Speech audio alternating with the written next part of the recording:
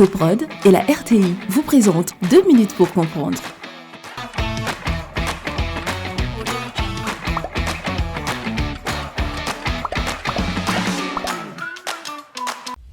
Bonjour, bienvenue dans 2 minutes pour comprendre, votre capsule quotidienne qui vous aide à comprendre comment fonctionne le monde qui nous entoure.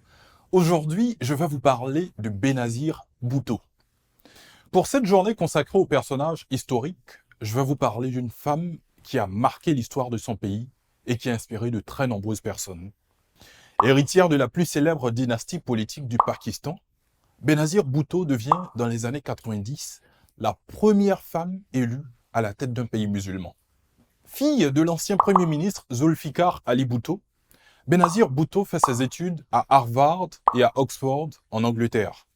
Emprisonnée puis exilée après le coup d'État du 5 juillet 1977, qui renversa le gouvernement civil de son père, elle revient au Pakistan en 1986. Coprésidente du Parti du peuple pakistanais, PPP, fondé par son père, elle participe à la lutte contre le régime de Zia-ul-Haq. Nommée Premier ministre après la victoire de son parti aux élections qui suivent la mort de Zia en août 1988, elle est démise par le président Ghulam Ishaq Khan en août 1990. Mais au terme des élections d'octobre 1993, remportées par le PPP, elle est rappelée à la tête du gouvernement. En décembre, elle est élue seule présidente du PPP. En novembre 1996, elle est à nouveau limogée pour corruption et incompétence.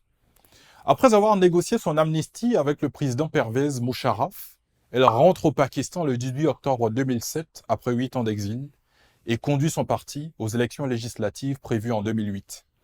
Elle est tuée dans un attentat suicide le 27 décembre 2007, à la sortie d'un meeting électoral. Je vous donne rendez-vous demain à la même heure pour un nouveau numéro de 2 minutes pour comprendre. Soprod et la RTI vous ont présenté 2 minutes pour comprendre.